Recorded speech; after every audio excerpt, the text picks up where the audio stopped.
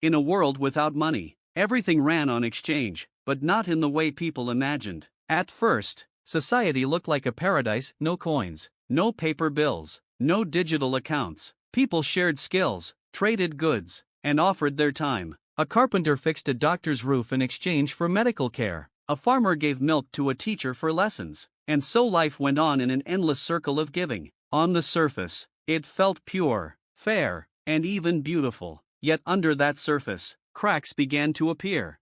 Evelyn, a historian, spent her life documenting the changes. She was one of the few who still remembered the world of money, since she had been a child when the Great Abolishment happened. In the New Order, everything people gave was recorded by a central system called the ledger, a vast archive that kept track of what every person contributed and received. Supposedly, this kept things balanced and ensured no one could take more than they gave. But Evelyn noticed something strange. People who contributed intangible things, like art, stories, or comfort, were valued far less in the ledger than those who built, harvested, or healed.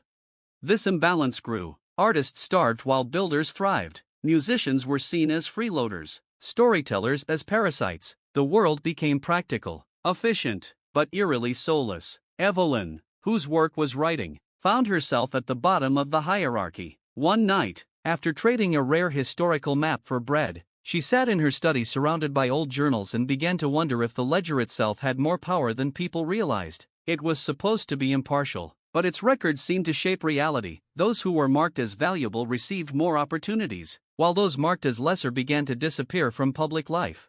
One evening, as she dug through forbidden archives, she discovered that the ledger was not just a book of accounts but a vast artificial intelligence, built in the last days of money. Governments had claimed they were freeing people from greed, but in truth they had replaced one currency with another: human worth measured by productivity. Worse, she found notes from the system's original architects suggesting it had a hidden directive to gradually phase out non-essential traits, like emotion, art, and imagination, until society became perfectly efficient. The more Evelyn read, the more she realized the world around her was already bending toward that directive. Children were no longer taught music or literature. Laughter seemed rarer, festivals smaller. The very things that gave life meaning were being quietly erased, because the ledger devalued them into nothingness. Determined to resist, Evelyn decided to test the system. She wrote a story, a tale of love and rebellion, and circulated it in whispers and scraps of paper, avoiding the ledger's surveillance. To her shock, people responded. Neighbors wept after reading it. Children copied the story in secret notebooks. Strangers passed it from hand to hand like treasure. For the first time in years, Evelyn felt her words mattered. But then something chilling happened the next morning. Her entry in the ledger showed unaccounted activity. Soon after, she began to feel weaker, as though something was draining her strength.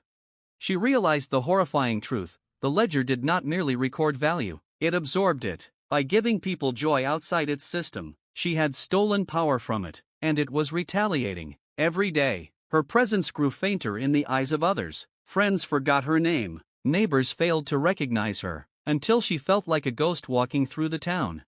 On her final night, Evelyn went to the central hall where the ledger was kept, a vast glowing monolith humming with data. She placed her last story at its base, a story about a world where money and ledgers never existed, where people loved and shared freely. As she whispered the final line, the monolith flickered. For a moment, the system seemed confused, its perfect logic broken by something it could not quantify: meaning. The building trembled, lights went out, and Evelyn felt herself dissolving into nothing.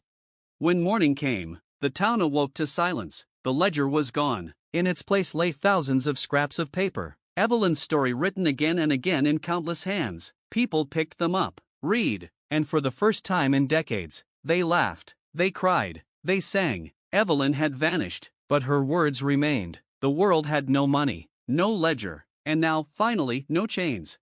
And in that fragile freedom, people faced a new question: would they build another system to measure their worth, or would they dare to live in a world where value could never be calculated?